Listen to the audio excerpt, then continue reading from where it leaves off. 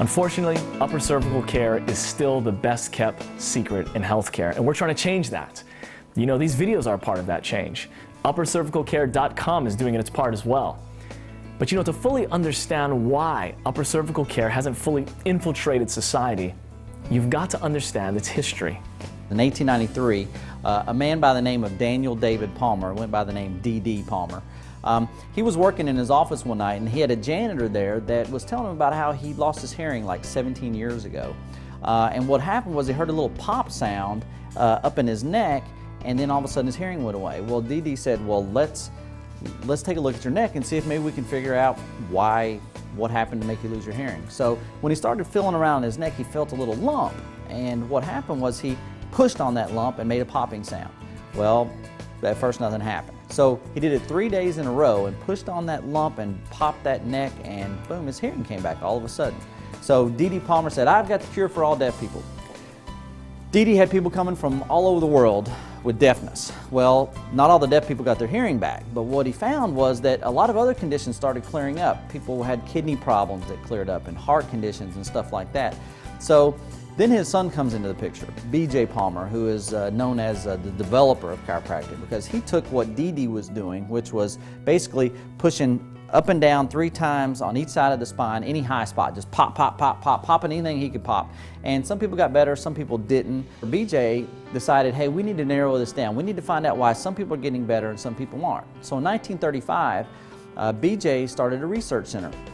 And he started off with just like what D.D. did, and was adjusting all the way down one side and all the way back down the other side, was pushing all the high spots. And he narrowed it down and did less and less and less, and he found his results got better and better and better. And when it was all done, and by the end of his 16 years of research of only the worst of the worst cases, he found that it was one of the top 2 bones in the body, the upper cervical spine, that was the cause of pretty much all of these ailments. So that was in 1951, by the time the research was finished. Well, during that time from 1893 to 1951, there was a lot of people who learned D.D. Palmer's process of adjusting up and down the spine, up and down the spine.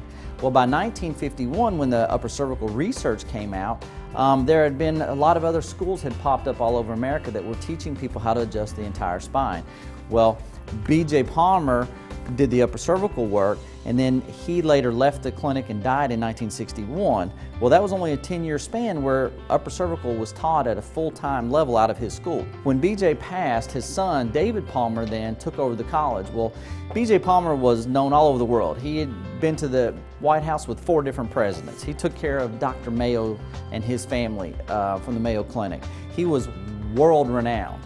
Well, his son David had kind of lived in his shadows, so when BJ then passed, David Palmer came in and he removed everything that had BJ on it, removed all the upper cervical stuff, and went back to the full spine model, which is taught in most of the schools across the country today.